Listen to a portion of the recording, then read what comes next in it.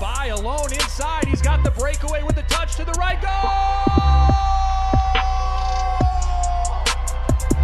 Everything you wanted from this debut. It's Brandon by taking a shot with the left. Goal! Isaac Friend from 25 yards out. The equalizer.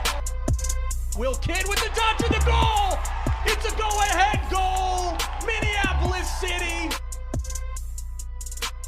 This is the People's Pitch Podcast, the official podcast of your Minneapolis City Soccer Club, brought to you by Summit Brewing Company. Hey, all you cool cattisons and kittens. It's the People's Pitch Podcast, and I'm your host, Nate, joined as always by my own personal big cat, John Bisworm. John, have you lost your damn mind yet? Well, first off, I know I'm picking up what you're putting down there with your intro. I have not lost my mind. I'm on a really good prison routine where I get into the yard like twice a day. I work out once a day. That's good. And I try not to submerge my children in open water. Yeah. Also, I break up a lot of fights, so I feel like I'm a warden. So, yeah. No, I've been good, man. It's the new normal, so I'm fully adapting to it. I just really want to see adults that aren't like 6 feet away from me and my neighbors. Yeah, I'm with you. But hey, whatever. It is what it is. Well, given everything that's going on, some people might expect the topic well to be running dry. But John, we like to look at it as the well is half full. There are plenty of opportunities right now to chat with people who ordinarily would be way too busy for us. Yeah, or we're gonna get our first taste of that. Yeah, or give any shits about us. So. Yep. But we got it, man. This is a great opportunity for the People's Pitch. But first, it is official, and the NPSL season is canceled. We will talk about that for Minneapolis City and how we are going to rage against the dying of the light. There is a little bit of virtual soccer on the docket for this weekend, so hopefully you can tune in and watch Minneapolis City dominate that. And then the big news, we have the pleasure to welcome former Minneapolis City forward, MLS first-round draft pick, and New England Revolution defender Brandon By to the show. Holy crap. Yeah, open up the Rolodex. God, I can't wait, man. Let's do this. Try to get some people that wanted to slum for an hour. So, as Nate mentioned, the news was handed out late last week, which is why we kind of suspended our recording of a show last week. So sorry, folks, because we wanted to gather all the information we needed to speak intelligently to the topic that the NPSL season, as we know it for 2020, has been canceled. Sad face emoji.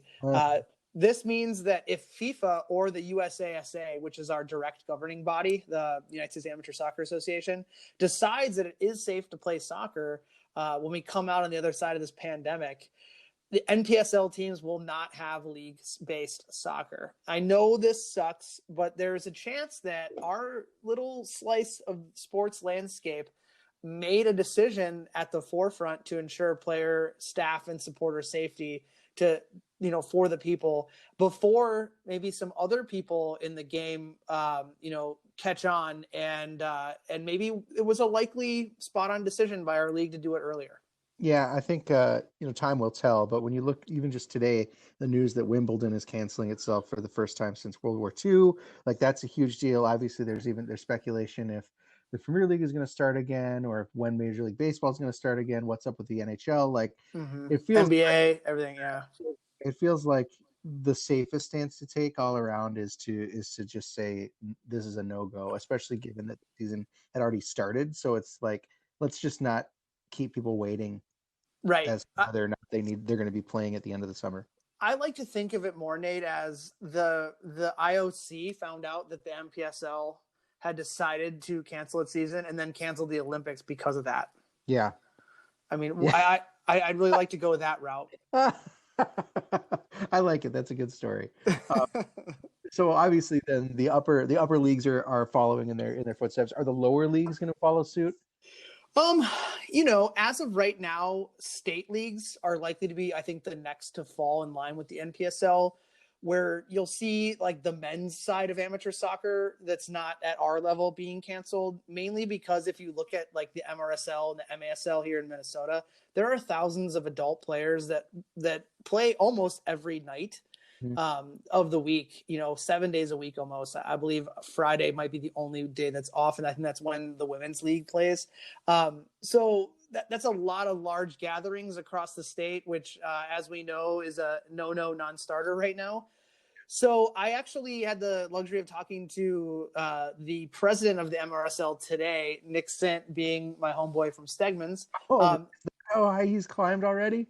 Yeah, he's been the president for a few years now, but he stated that a communication will be going out this week to all the team managers that will basically be a reiteration of the previous communication that was sent out a few weeks ago, that's still going with like a wait and see process. It's basically saying to their 90 plus team members that it's easier to cancel things a little bit later than most leagues, because it's easier to close out facility contracts that are already set in place, and perhaps that are like an annual reboot in the calendar year every year, than to try to like kick them up again if they were to cancel the season now and say, oh, well, we can play, let's try to hurry up and figure something out.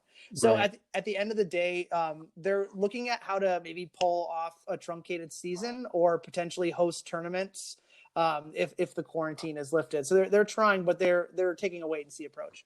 Gotcha. Well, I mean, this is definitely a blow to the Stegman's organization, right? Like that's all from top down. The Stegman's teams will be kind of out of action until they can be called into battle when the pandemic is over. But there is hope for at least one of the Minneapolis City teams to play in an organized league this year, right?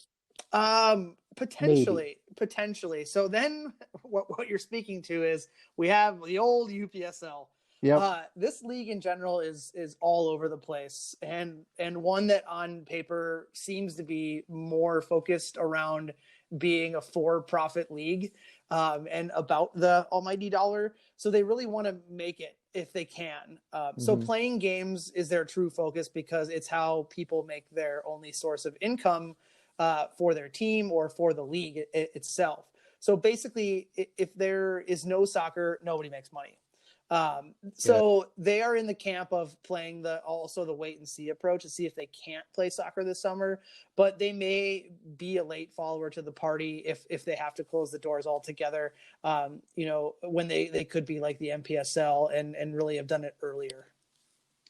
It's true. The prospect, John, of no soccer is causing a lot of anxiety in clubs around the world, all the way up to the Premier League and some of the other major leagues in Europe. What will that mean financially for the state of lower league soccer here in the U.S.? Because, obviously we don't have to pay our players like a fourth, tier team in England still does, despite their lack of income. Are we able to get by without the income as easily, and are other teams as lucky? Well, I actually wanted to mention that I've foregone 100% of my salary so that our staff could get paid. So that's so generous of you. Yeah. I mentioned it briefly, but it's simple. If we don't play, people don't make any money. But there are a handful of clubs that are few and far between, like Minneapolis City, for example, that have other sources of income, be it through merchandise or maybe through a youth setup that's already paid their dues and played like a winter season. So there was some source of income through the beginning of the year. So it's for most, it's super important that they play, and we have to think about that. There's clubs that could fold as a result of this because they rely heavily on making money in the summer. The other thing to think about is just general relevance. So if we're to like shut out 90 teams in the NPSL, like people are the loyalists will stay loyal, but the fair weather fan might just fade off into the sunset and not follow a team if they're not as active on social media, if they're not thinking about other ways to do things. So you have to think about that as well. Yeah. What is Minneapolis City doing to press on, right? And is there any potential for soccer this summer? Right now we're pressing on with a whole lot of nothing. So if the skies were to part and our quarantine is lifted, we will play soccer, but only if it's safe to do so. We sent out a communication to our members and to our players with basically stating that fact. We're a soccer club, so what do? We play soccer. So we're going to try to figure out how to do that, but only if it's safe and we're not putting anyone into jeopardy. Right. There have been multiple ideas that we've tossed around out there, but nothing is really concrete to talk about at this time. Some of the ideas would be to host home and away friendlies with teams that have contacted us. And to date, teams range from the NISA League, USL Championship, USL2, other NPSL and UPSL teams, our bros out in Boulder and in Milwaukee, and the Harpos and Bavarians, etc. So there's a chance we could bring in or go play some really great clubs that would be, I think, much higher level than, say, Aris on a Wednesday in July. So we also have to take that wait and see approach with these ideas before we can kind of hit play on some theoretical plans once we can do so. Right. So if we cannot play, we'll be doing some things to stay relevant in the soccer community online, like we always do with our own city focused, in parentheses and quotation marks, our city focused spin on things. Whether it is, things in social media, out in the community, whatever we can do that's safe. And one thing that we're going to talk about here in a little bit, which is the world of esport. Yes, totally. Esports, man. It's something that's totally new to the club as far as how they participate and what's going on. And there's something going on right now in the world of esports. There is a big tournament coming up, and I'm not talking about anything in real life. It is the lower league eCup. John, you and I have the window open right now, watching Twitch, watching Sheffield United or Sheffield Wednesday kick the shit out of Millwall. Yes, we are. We talked about the eCup last episode, and that would be basically us putting in entrants from the citizens, but also city center back Jonah Garcia will be picking up the sticks. And when the rubber hits the road and league play actually starts, like you said, started tonight on April 1st, if you're listening in a timely fashion. But our participants for their first matches this Saturday, April 4th, with the citizens representing the PS4 region, playing versus the NPSL side Tallahassee FC at 7:30 p.m. Central.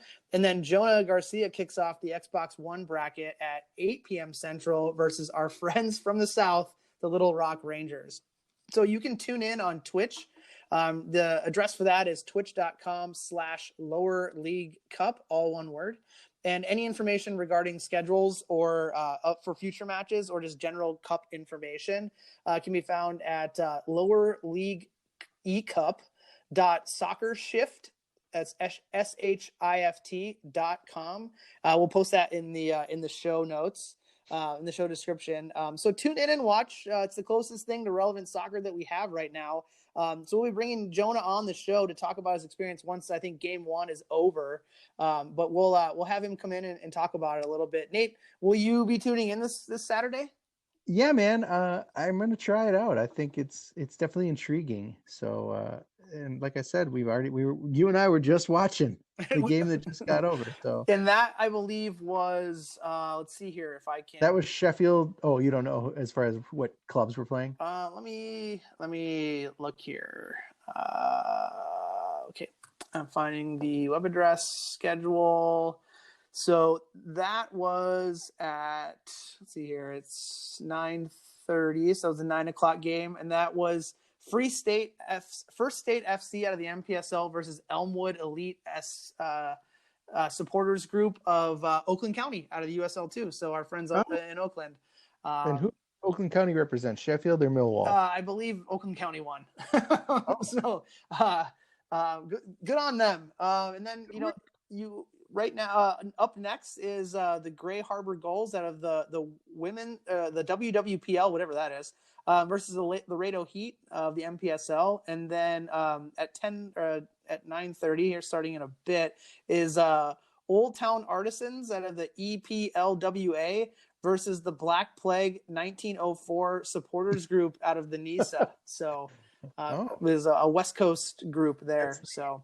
Yeah, who's 1904? San Francisco or Oakland? I can't remember. I think it's San Francisco. So, anyways, it's going on now. So, tune into Twitch. It's the new normal. So yeah, man. There's always something going on Twitch lately. Live soccer. So get some.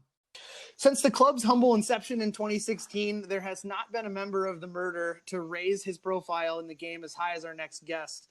Coming to us to keep his skills sharp while working at an internship in the summer of 2017, our paths crossed briefly, and he was etched into club folklore ever since. And we were pleased to welcome to the show one of the great ones that I've had the pleasure of meeting since my time at City, Mr. Brandon Bai. Brandon, how you doing, man? Thanks so much for taking the time away from total isolation to join us. I'm doing well. Appreciate you guys having me. So we started, our a little series we had to call the Where Are They Now series for where we had our show listeners kind of vote on who they wanted to bring on. And you were high on that list as one of the great ones that people wanted to have us come on, since you've hit it big time. So why don't you walk things back for us a little bit? You were born in the zoo, Kalamazoo, Michigan, and you grew up in the Portage area, really in a state that's a hotbed of soccer in this country. Tell us how you got started in the game of soccer, and then kind of maybe when things clicked that this was a game that you wanted to make a run at pursuing at a high level. Yeah, soccer's been a big part of my life, obviously, and still is. But sports in general has been something that's just been around for forever for me. Really, my dad's a football coach. He was a coach of a lot of different sports growing up and going through his life. So he always wanted me to get into sports. So from a young age, from wherever I can remember, I was shooting a basketball or kicking a soccer ball with my sisters in the backyard or whatever it was. Playing t-ball and stuff like that. And I played multiple sports growing up and in high school as well. And I really liked them all. And I really liked basketball. I really liked soccer, and I kicked on the football team, ran track and stuff like that. But then getting into my high school years, all of a sudden, realizing that I'm definitely I'm decent at all these sports, but I'm definitely different in soccer just because that was where I was excelling the most. Into getting into high school and trying to figure everything out. I guess I'd say maybe my sophomore or junior year of high school is when I figured out that maybe I can push this thing into college, and then hope and dream that it'd be a pro thing later on. But yeah, I'd say sophomore junior year of high school. My high school soccer coach Andy Fuhr actually went to Western Michigan University and played with the head coach now, Chad Wiseman. And so trying to figure out, or didn't play with him, but was an alum. And he was always, you want to be a Division I soccer player, you have to do this, and you have to score this goal, and blah blah blah. And I said, oh, okay, whatever you say.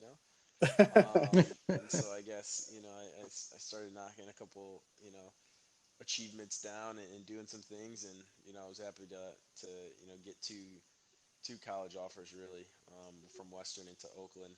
Nothing else well, other than that really.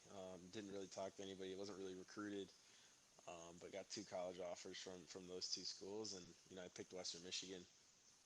Got so it. they're probably the rest of the country is probably kicking themselves a little bit now. I guess that was on them. And I didn't play academy or anything like that, so I wasn't really a big name outside of club soccer and high school soccer. So that's probably some of the reason why. So you mentioned a little bit, kind of knocking off those achievements after you started to realize, like, hey, soccer is legit for me, and this is something that I can make a run at. So as you moved through college, you definitely hit some of those milestones. So let's fast forward a little bit to the summer between your junior and senior year, and tell us a little bit about that time in your life and how you got hooked up with us, our little ragtag group here in Minneapolis. I wouldn't call it that at all. No, I enjoyed my summer up there for sure. But yeah, no, it was a decision for me, the spring of my junior year to either, play for a PEL team and really focus on just soccer, or, I had an internship with Kellogg's, and I knew I was going to get another offer for another internship. So, maybe dabble in something that I could include soccer and the business world and school into that summer. Um, it's a big summer obviously between your junior and senior year because that's I guess your last summer of freedom Yeah. before you make a decision and say yeah I'm gonna take a job when I graduate that next spring or summer or soccer ends up happening, which wasn't really the thought at that point, to be honest. It was a dream, obviously, but wasn't a full effect of this is gonna happen. So you're game planning, you're thinking about your future, obviously. Hmm. So Yeah. that was basically the dilemma I was in, and I chose the Kellogg's internship and the soccer piece in Minneapolis. Yeah, Yeah. it was Hey, probably one of the most interesting emails that hit my inbox Hmm when you sent me a note, and I, th- however you got my I think my email. I think it started with a DM on Twitter. To be honest, I think it did. I slid in the city's DMs and we went from there. That's how everything starts, Brandon. Hey, The old DM slide. it'll do it. hey, Brandon, this is Nate. So, when you talk about coming to Minneapolis and choosing your Kellogg's internship and just at least exploring or shoring up a potential business career if athletics doesn't work out. Really, it was your journey in Minneapolis here was an exercise in how to stay fit and how to stay sharp before what ended up to be a really crucial senior year. Saw you as a Herman Trophy nominee, I believe, runner up, right? Hmm And then eventually getting drafted. Like, what was that senior year like for you? At what point did you realize, like, holy shit, this is starting to catch on and people are looking at me and this could be a big deal? Um, you know, I wouldn't even say it started senior year. I'd say it started that summer because I finally moved away from Kalamazoo and figured out like you know I did things that I wanted to do and I wanted to work out. I worked out, and if I wanted to do to sit on the couch and chill, that's what I did. And I feel like I got a lot of peace and figured out a lot about myself that summer in Minneapolis and figured out, hey, like I believed in myself, and I figured out that these things can happen. And yeah, when obviously you get back with your team and you're all gung ho about the season to start, and we get a good start, and personally I have a good start to that season as well. I thought, hey, anything can happen. I knew we were gonna have a good team. We had a lot of good players, and four seniors: me, Zach Bach, Drew Shepard, Jay McIntosh, two defenders, a goalie and a defender, and then two attacking guys that were huge pieces along with the rest of the team. But I knew we were gonna have a good team, so it was just about me performing as well. We call that summer the city bump for you. So you like, Absolutely, absolutely, We branded it. yeah, we branded the city bump here for you. absolutely. So people probably don't have a lot of idea or a lot of visibility into what the lead up to the MLS draft entails. Can you talk to us a little bit about that process? Like, what kinds of workouts did you have to go to? What kind of calls were you taking? What was your experience once you started getting some eyes from the league and the teams? And how did that lead up eventually to draft day? Yeah, it's a great question. So, I like it's crazy because our coach Chad Wiseman, had been dropping a few hints here and there. Oh, this team randomly came to a game to Kalamazoo. I was like, why? You know, and then all of a sudden this guy reached out from this team, and just asked a couple questions and left it at that and didn't say much more. And so a couple of those things, came to my attention, later on in the season, and then actually, there was so a postseason till after the season ended and everything. Well, did you know it was for you, or was your coach keeping it kind of like He's there's just a guy Yeah, I mean, here? it was kind of like so we had also a very good goalie that was Drew Shepard, and he ended up getting drafted 46th overall to Toronto. So and we had Zach Bach, which was a good center back, and he had eyes on him for sure. So it was kind of like, hey, we don't really know who it's for, but Hmm. it's there. He's there. Like, people are there. People have eyes on you. So that's kind of how Yeah. it went. And then basically after the season, I actually sat down and had a Skype call with the Toronto GM at the time. Thought that was kind of strange because that was basically out of nowhere. And why is this guy calling me? And then really the thing that took obviously the bright spot was me getting invited to the MLS Combine. That Yeah. was a big deal for me. All I wanted to do was just get invited to the Combine, just get invited to the Combine because I knew athletically I'd test very well, and then I just get to perform in front of everybody and figure out if I can hang or sink or swim kind of thing. So I was happy I just got invited, and then the rest is really how it went. So Yeah. in the testing, I believe you tested, if not the best, but at the top of all of the physical testing, right? Yep, yeah. So I would think I was top three for all of them or something like that, and yeah. So that's really where I thought I could excel, and I was happy to do so. And was that the first time that you ever played right back then in when the game started for the combine, or had you moved further back at all in your soccer career? Nah, I mean that was basically it. I think in club soccer when I was a senior in high or a junior in high school, I played I played a little outside back, um, but then college started and I was a winger. But no, that was the first time really That's a I deep end right there. yeah, exactly. Yeah, got thrown in for sure to the ocean. But no, yeah, that was, and I think my game suited outside back pretty well in the fact that Mm-hmm.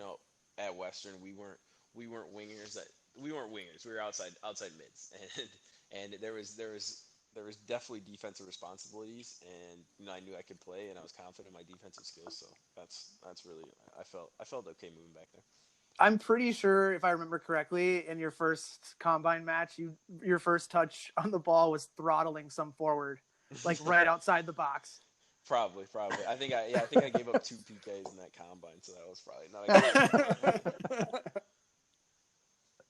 So Brandon, from on-air commentary to post draft and post game interviews, it definitely seems that your lower league soccer life tends to follow you everywhere. And I don't just mean Minneapolis City. You did spend a year at Grand Rapids FC. You spent a year at Kalamazoo FC before. Of course, we like to claim you as our own once you came to us. But what about your lower league experience in college lends itself so well to the success that you're finding at the MLS level? Yeah, I think it was just um, moves for me that I thought would be good places to be in good environments. I think each team and each environment was different, and I got to see a lot of different coaches and ways of thinking about the game, and to change it up every year was interesting for me because it was a new set of players every year. But I no, I Yeah. enjoyed I enjoyed every minute of it. And I think that just the league in general of having the games and getting a realistic run out during the summer is very important, along with just training and getting practice and getting touches and keeping sharp for what you're looking to get into in the college season was beneficial for sure.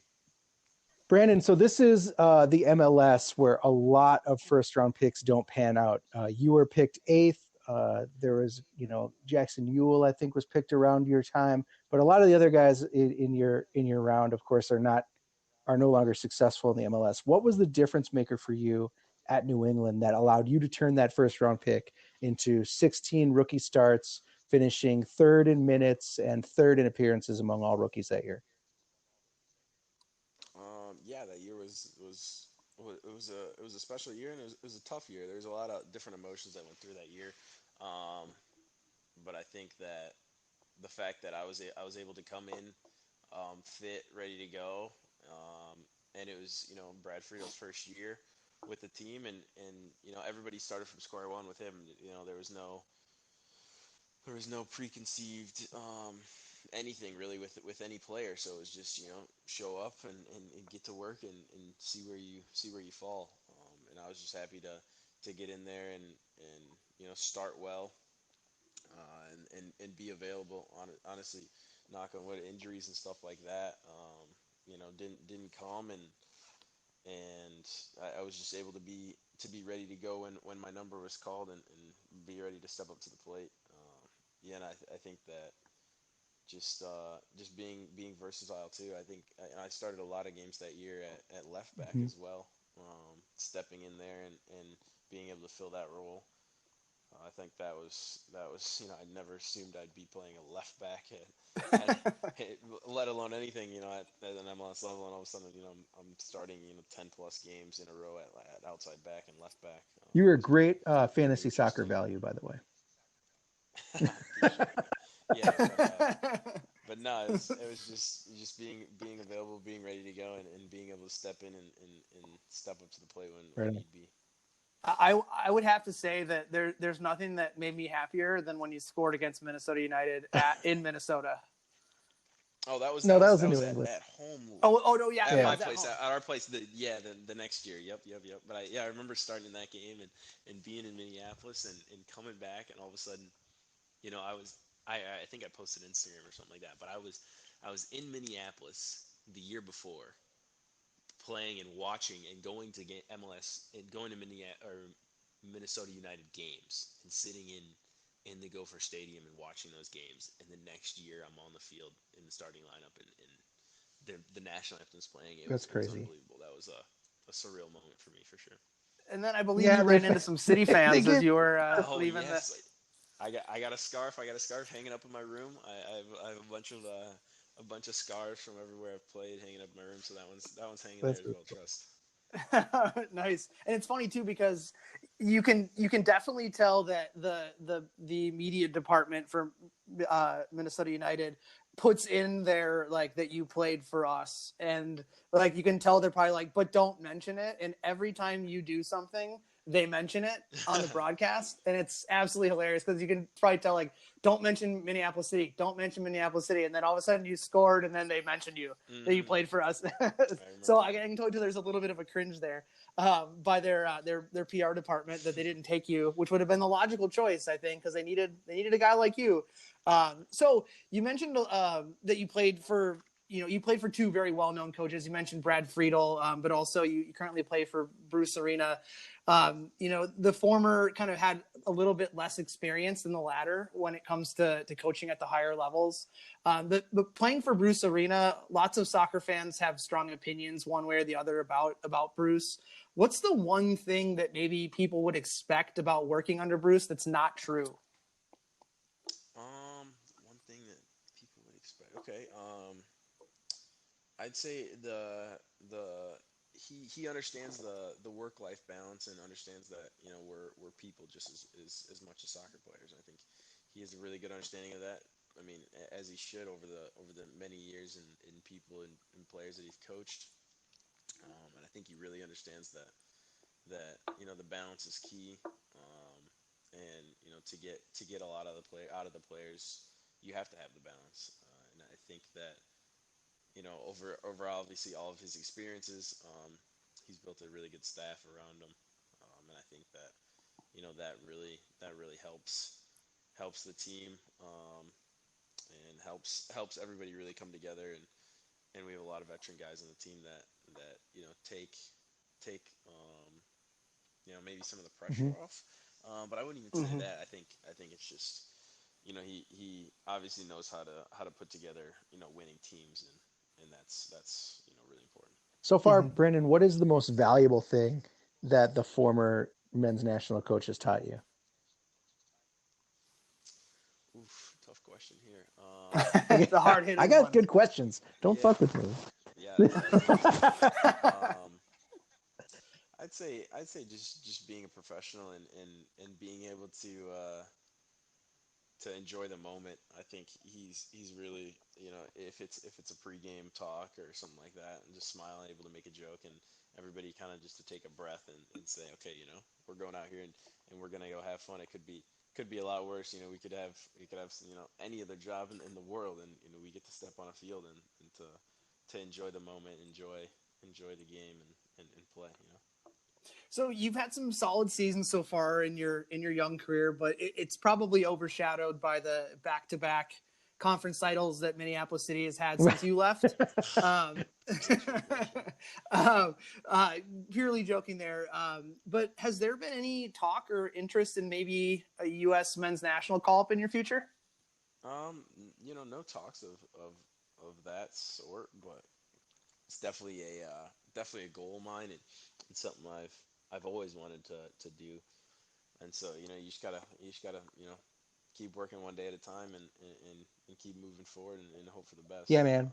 But no, I mean that's always definitely a goal of mine to wear a national team jersey, and or get called into a camp or whatever, and have that experience. I think any youth player Yeah. ever would have to say that. Right. That's Right. that's a goal, and that's a dream for sure. So it's no different for me. There's a That's for revolving sure. door I at was that gonna say, position, man, so if you never if know. you're getting if Daniel Lovitz is getting a call up, Brandon By deserves a call up.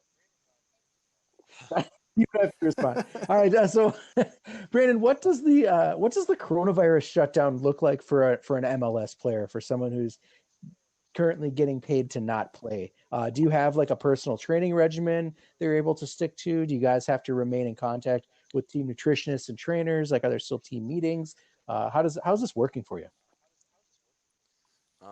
So it's interesting because everything's always changing, and nothing's certain right now in the time that usually our days are scheduled, and everything's pretty scheduled and locked in, and what tomorrow's gonna look like.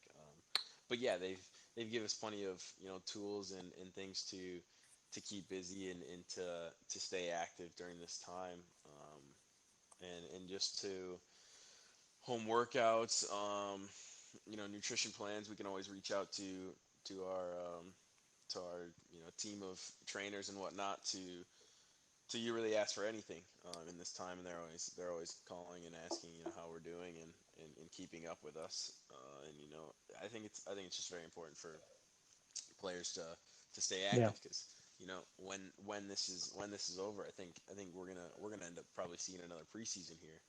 Hmm.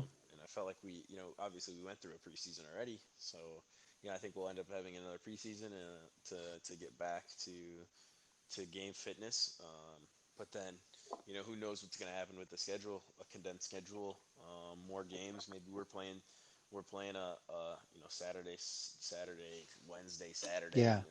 Throughout throughout. NPSL schedule. Yeah, I mean, it could be throughout, whenever, into the later months of the year. So we just got to stay calm through all of it, and figure out, whenever we get back, we get to get back, and do our job. So I'm definitely excited to get back on the field as soon as possible. But I understand that it's bigger than soccer at this point. So Nate kind of talked about having the contact with the team. How do you keep your skills sharp, and what kind of pointers do you have for kind of the youth out there this spring, as they're trying to do kind of the same thing all by themselves in the park or the backyard? Yeah, I mean, I think the internet is a useful tool here. I think I've seen so many ball mastery, and ball skill, drills and whatnot that you can do at home. And I mean, YouTube is a crazy thing. You can look up anything, and learn, and change your game just by doing stuff on your own. I think it's very important just to get touches. I have a little dog park down that's closed right now, but I get in there, and just juggle every day, and try to keep getting my touches, and try to do little things that can keep me sharp, and make me better. Work on your opposite foot. I mean, this is a great time to sharpen something that's maybe not as Yeah. strong. And so I think just it's very important, just to for your sanity, as well as your soccer ability to get out, and to get touches on the ball, and to work. So Brandon, a little non-soccer talk for now. You are the co-founder of the Aspiras Foundation. Is that how you pronounce it? Aspiras, which Aspiras. is something you started in college. Uh, Tell us a little bit about its mission, and maybe how listeners could support it. Yeah, I love that you brought that up, because I actually made a note I wanted to talk about it as Wait, you well. took notes? Yeah. Come on. Yeah, yeah, I gotta write Professionalism, something down. John. Yeah. Try. Did Bruce teach that to you? I'm taking this one from back in the day. But no, I definitely love that you brought that up. Aspiras is a nonprofit organization in the DR, Dominican Republic, where we're trying to inspire youth to reach their dreams on and off the soccer field. I think it's really important that the youth have something to look up to, something to look forward to, whether it's soccer, whether it's school, whether it's anything really. And there's a lot of youth in the Dominican Republic that's at a disadvantage, whether it's financially or for whatever reason where they were born or grew up or anything like that. So I think it's really important that through Aspiras, we're giving them a chance to dream just like everybody And what else. brought you to focus on the Dominican Republic? Was it a mission trip that you went on, or a roommate went on, or how did you end up down there? Yep. So it was actually in in college. I was a part of a different organization through the business college, and I met this kid named Federico Tavares. He's my right hand man. He's the current CEO of Aspiras, and he basically went in front of this group of this organization that I was a part of in business college and said, I want to run a clothing drive for kids in the DR. I'm from the Dominican Republic, and I want to run a clothing drive for it. And I was like, oh, interesting. Like, this is something. Boom. Right now I know I can, talk to these three coaches in Kalamazoo and get gear and help. And so all of a sudden, throughout that spring semester, I think that was 2016.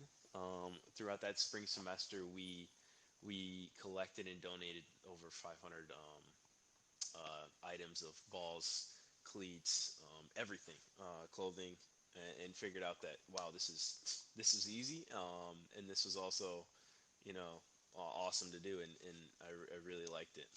And so all of a sudden from there, Federico came to me and said, hey, this worked out really well, and I have aspirations of moving this forward to more than just a one-time clothing drive, and so that's how Aspiras was born. Nice.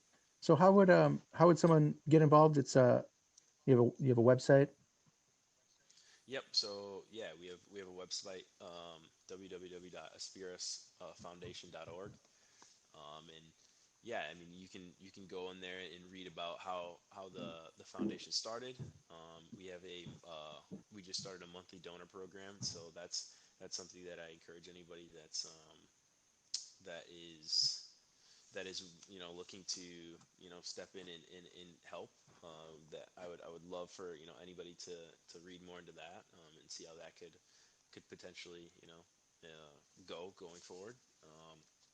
And I'm actually also starting this, when the season gets back on. It's a sneak peek a little bit. I haven't fully announced anything yet, but it's going to be Assist for Aspiras, and it's basically going to be um, you know someone that is matching my donations for the season, whether it's goals, assists, or wins. Cool.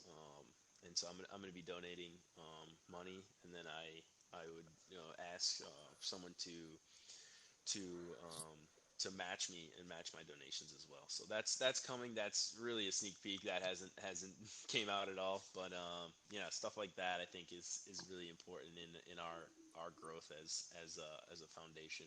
Um, but yeah, no, I love working on it, and this actually gives me a great time right now, during this off time to really keep talking with Federico and our board, and keep moving things forward and keep planning for different events and whatnot. Awesome. So, city fans that are listening, time to give Aspiras the city bump Yeah. and get out There there it is.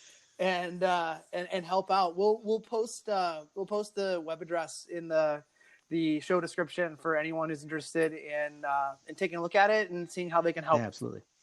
Absolutely, I appreciate that a lot. Brandon, one last question. What else are you occupying yourself with during this time? Like, are you watching Tiger King like the rest of America? What Oh yes, what are absolutely. what are what are Brandon Vai's must-watch quarantine shows and movies? Yeah, so that was a quick answer. Tiger King for sure. but no, I'm spending a lot of time working on Aspiras and trying to move things forward here, along with, actually my roommate's is a good chess player, so we play. I'm trying to learn. I think I got 5 or 6 games under my belt total, so learn a little Are you roommates chess. with another player? Yep, Who did they put you up Jeff with? Caldwell. Jeff Caldwell. We decided to room together. And he's a good guy, and he's a goalie. He just actually got traded from New York Cool. FC, so he came in, and yeah, so he's a chess player, and he's teaching me the ropes a little bit. I'm cooking, playing a little Fortnite, and definitely on the Netflix grind for Nice. sure. Well, Brandon, we're gonna move to the game portion of the show real quick, just to give you some background. We've had lots of games over the 4 years that we play on the show, but the newest one is one we like to call Ask John Anything. So the way this game works is you can ask John 2 questions about literally anything, whether it's soccer related, which one of his kids he loves more, some.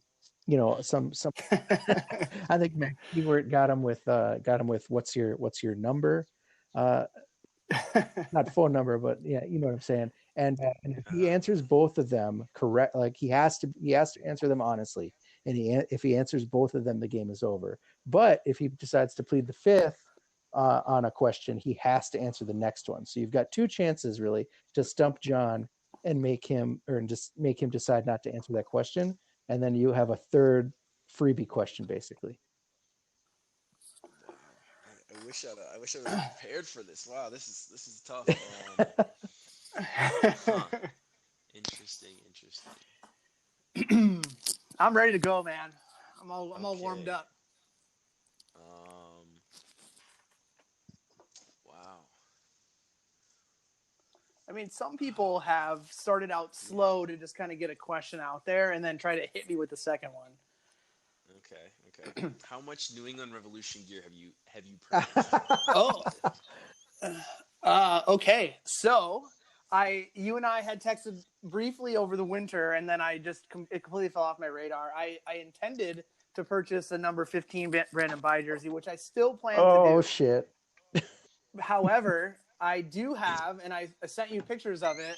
I do have a New England Revolution sweatshirt and a warm up, like a all weather windbreaker warm up jacket for my oldest son Gus. So I have not purchased anything for myself. I intend to, but I did purchase something for my son. Okay, yeah, I think I've seen the picture of I think it was a Santa. Yeah, he was sitting on Santa's lap. Okay, we randomly came across a free get a picture with Santa, and I look at my kid. I'm like, you're wearing oversized jeans with stains on it and a New England Revolution T-shirt. This is awesome. So yeah, I saw that. That was a happy holidays text from you. I appreciate it. And for my second question, tough.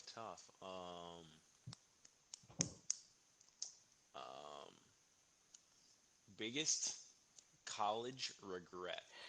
Biggest college regret. There's a lot of regrets. Who could she be? Yeah. All my college memories are big regrets. I would say so even though I ended up following my career path so I went to school for I got my degree in advertising and public relations and a second bachelor's in mass communication, and I followed that into working into the advertising world.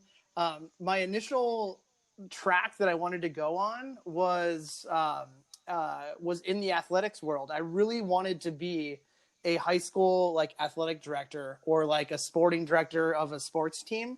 So I really regret not actually going into that field, because I do feel that with what I'm doing with limited to no budget at Minneapolis City, and how I'm helping on the sporting side, I think I really could have been good at it at some small town, high school athletic director, where I could have worked across multiple sports, because I love every sport, but of course I focus towards soccer. So I think personally that's just a weird answer, but that's one of my regrets, is that even though I've spent 14 years working in advertising, I really wish I would have spent 14 years on the sports side of things.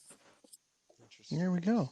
Yeah, I didn't get a stumper, but That's all right. No, I got some good That's good. insight Yeah, it's still good content. A lot of it is like you can tell who's really the worthless asshole, or I'm sorry, not ruthless asshole, and who's the guy that never really would have thought to try to play gotcha with someone. And I'm glad you're the latter, man. Yeah, well, I'm sure I'll find some or think of some questions Yeah, later and be like, you wake up middle of the that night. should have been Damn. one, but I mean, we'll just have to have you on for another round of this at some point.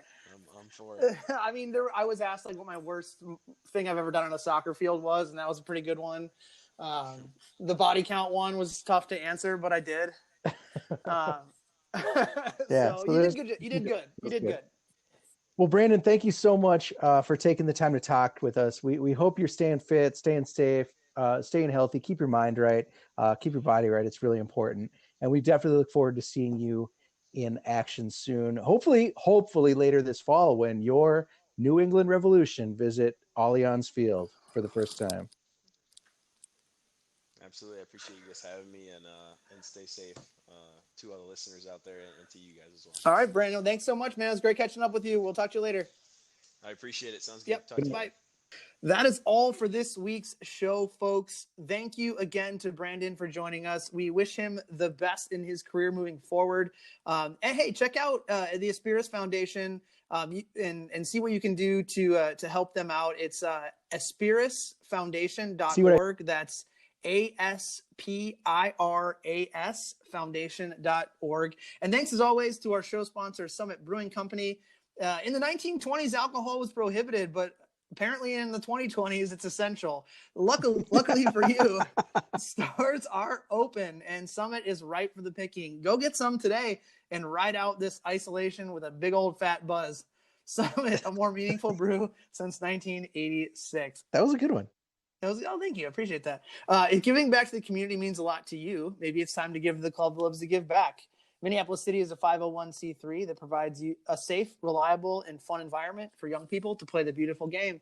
Look for us out, when we can this off season potentially, or maybe over the summer while the season is canceled, hosting any sort of event and partnership that we can with community centers around the city, and consider a tax-deductible donation to a truly city-focused organization. Do you have anything you want us to cover during this new normal? Any hard-hitting exposés you wanted us to and hope for us to undertake? Any maybe guests you want us to try to get on? We got Brandon on. That was an easy one. Send us mail. It's easy to do. Hit us up on Twitter at The People's Pitch or through email at mcscpodcast@gmail.com. Or you can call our fan line at 612-460-5683. That's 612-460-5683.